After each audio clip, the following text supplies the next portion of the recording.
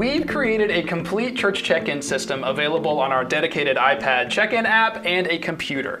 In this video, we'll cover recommended setup for check-in and how to set up a printer for PC, Mac, and the iPad, as well as help you avoid some common pitfalls in this process.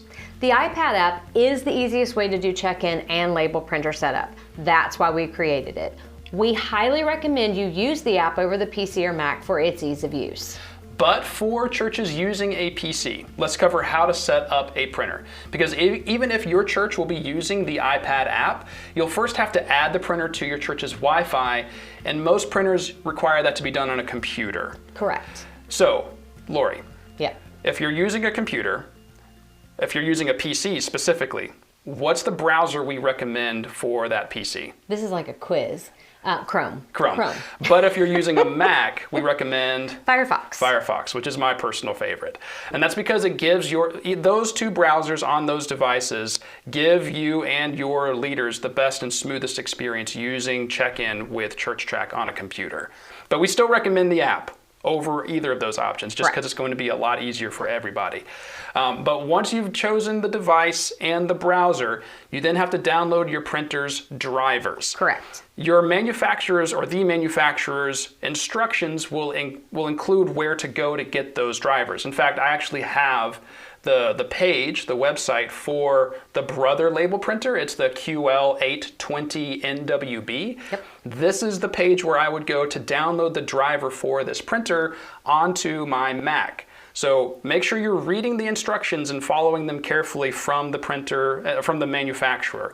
Also, if you don't have the instructions, if the printer is old, you can go to the printer's website and find it and download it there in most cases. Now, depending on the manufacturer, you may need to plug the printer into the computer during this process or not. Just make sure to follow the steps on the screen very closely, because when you're downloading the drivers, the manufacturer has step-by-step instructions. Just make sure you read them closely and follow them to the letter.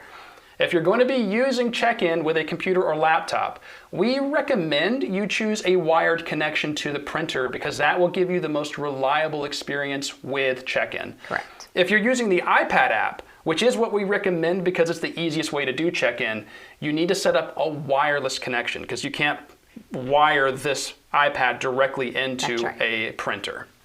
Use the manufacturer's recommended paper size. Matt, you can't use a 4x6 label and print 4x4 labels because you're going to have excess space on the end. Yeah, it'll look really tiny. Yeah, it's not going to cut it. You're going to have to fold it and manipulate it. So pay attention to your label sizes that you're using and what you're putting in the machine, because the machine can detect that. Yes. Okay?